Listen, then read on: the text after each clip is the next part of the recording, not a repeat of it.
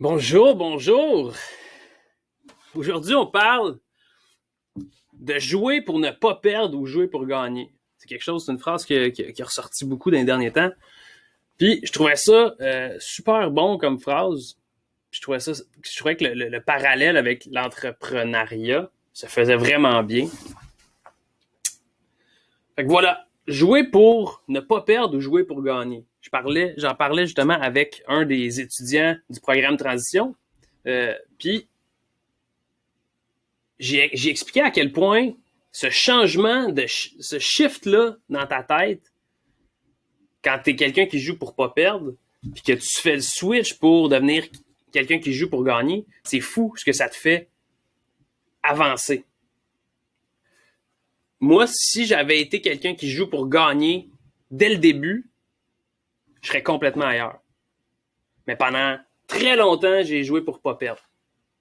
J'étais j'étais ma protection à moi, mon pas perdre à moi, c'est vraiment, je voulais absolument avoir un coussin très gros, beaucoup trop gros pour au cas où. Puis il y avait tout le temps un paquet de raisons de au cas, au cas, au cas. Fait que je continue à repousser mes projets, je continue à repousser plein de choses parce que je me disais, OK, mais non, mais je vais continuer à mettre de côté, puis je vais avoir plus, puis plus longtemps de backup, puis plus que ce coussin-là grossissait, plus que je nourrissais le besoin d'avoir un gros coussin. Fait que je repoussais, puis ça allait de plus en plus loin.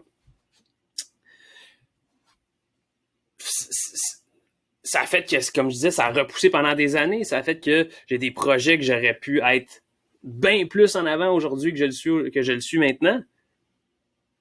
Mais il n'est jamais trop tard. J'ai fini par faire ce switch-là, puis aujourd'hui, j'en suis extrêmement reconnaissant. Tu sais, il y a eu une époque où j'essayais de trouver des personnes. J'étais prêt à engager des gens qui n'étaient pas qualifiés,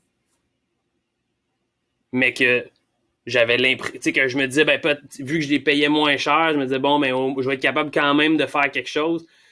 Le switch vers, non, t'entourer d'une bonne équipe, c'est le jour et la nuit. Tu sais, j'essayais de trouver tout le temps des informations pour éviter de toucher à mon coussin. Fait que j'essayais de tout apprendre moi-même. Je passais des heures et des heures à apprendre des concepts sur Internet, puis à apprendre tout plein de choses que finalement, il y a des gens qui sont extrêmement expérimentés là-dedans, puis qui peuvent t'aider à faire des sauts de géants, encore là, des pas de géants. Fait que, puis tu sais, cette mentalité-là, c'est normal qu'on l'aille, parce qu'elle est vraie, puis elle est bonne, la mentalité de jouer pour ne pas perdre, elle est bonne, entre guillemets, pour la majeure partie des gens.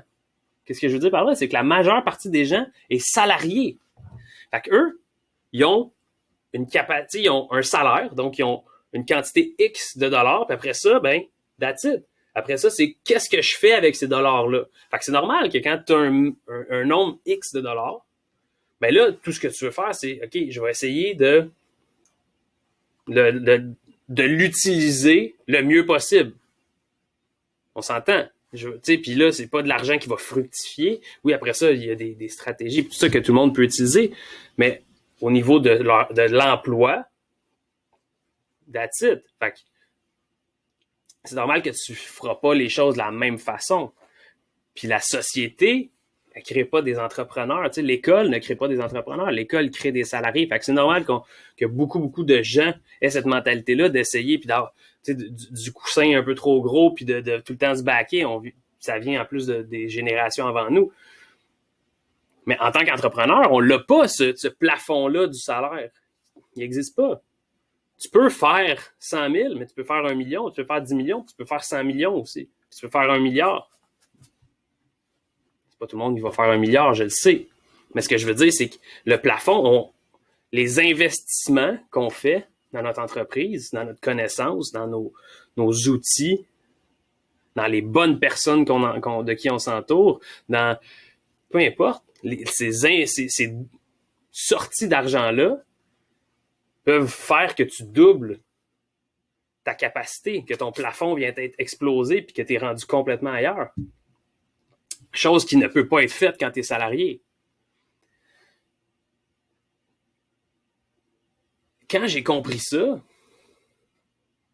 C'est pas tant le comprendre au niveau rationnel, c'est le comprendre au niveau des émotions, au niveau du cœur, parce que toute ta vie, tu t'es fait dire, il faut que tu fasses attention, puis faut que c'est une bonne job, puis avec un bon fonds de retraite, puis tu mets un petit peu d'argent de côté dans tes REER tout le temps, comme ça, quand tu vas arriver à la retraite, tu vas être bien, puis tu te le quittes. Puis c'est correct, pour vrai, puis même en tant qu'entrepreneur, c'est correct d'avoir ces réflexes-là. Mais il faut aussi comprendre que d'aller chercher les bonnes personnes, les bons employés, d'aller chercher les bonnes formations, que tu sais, c'est pas grave si ça coûte de l'argent, si cette formation-là te permet de te rendre plus vite, plus loin, vers ton objectif, vers ta vision, on s'en fout. La seule ressource qu'on a qui est pas à l'infini, c'est le temps. Fait que d'aller chercher quelqu'un que tu vas payer plus cher, mais qui t'amène où est-ce que tu veux te rendre, puis qui te fait sauver un tiers du temps, ben crime, ton retour sur cet investissement-là, il vaut tellement plus que l'argent que tu as remis. Parce que tu vas atteindre tes objectifs, fait que probablement que tu vas avoir repayé, même monétairement, rapidement, cet investissement-là. Puis deuxièmement, tu vas avoir sauvé des années. Des années, c'est la seule chose qu'on ne peut pas regagner. Fait que là, en sauvant, ben là, c'est là qu'il faut que tu ailles. Même chose avec des formations. À la place de tout le temps être en train de scraper Internet pour essayer de trouver gratuitement comment réussir à faire quelque chose, si tu te prends une bonne formation, disons, en marketing, en vente, peu importe, qui te permet aujourd'hui d'arriver puis de vendre 2 fois plus en volume de vente que tu as fait avant, mais cette formation-là, comparativement aux heures que tu vas avoir perdues à essayer des petits bouts puis à rassembler des petits bouts que tu as vus un peu partout sur Internet, cette formation-là qui te permet de te faire une tête marketing en tant qu'entrepreneur puis qui te permet de, année après année, faire de plus en plus, ben, crime, c'est un no-brainer. Oui, c'est peut-être une dépense, c'est peut-être une sortie d'argent, mais il faut que tu vois sur le moyen et sur le long terme le retour que cet investissement-là va avoir eu sur toi. Tu vas te rendre bien plus rapidement où est-ce que tu veux te rendre. C'est de comprendre ça. C'est d'aller chercher les experts dans un domaine au lieu d'aller chercher des gens puis de dire c'est pas grave, au moins il me coûte pas cher. Toute la différence des bons de géants versus des petits pas de mini de souris. Fait que, je te dirais aujourd'hui, pose-toi la question, pour vrai, est-ce que tu joues pour gagner ou tu joues pour pas perdre? Puis sois honnête avec toi, puis réponds si tu veux, ne réponds pas si tu veux pas dans les commentaires. Mais pose-toi la question.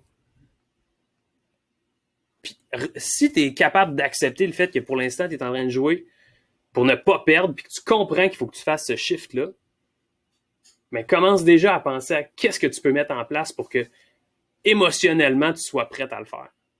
Déjà, juste faire un premier pas dans cette direction-là, d'accepter d'aller jouer pour gagner, peut faire une méchante différence dans la performance de ton entreprise.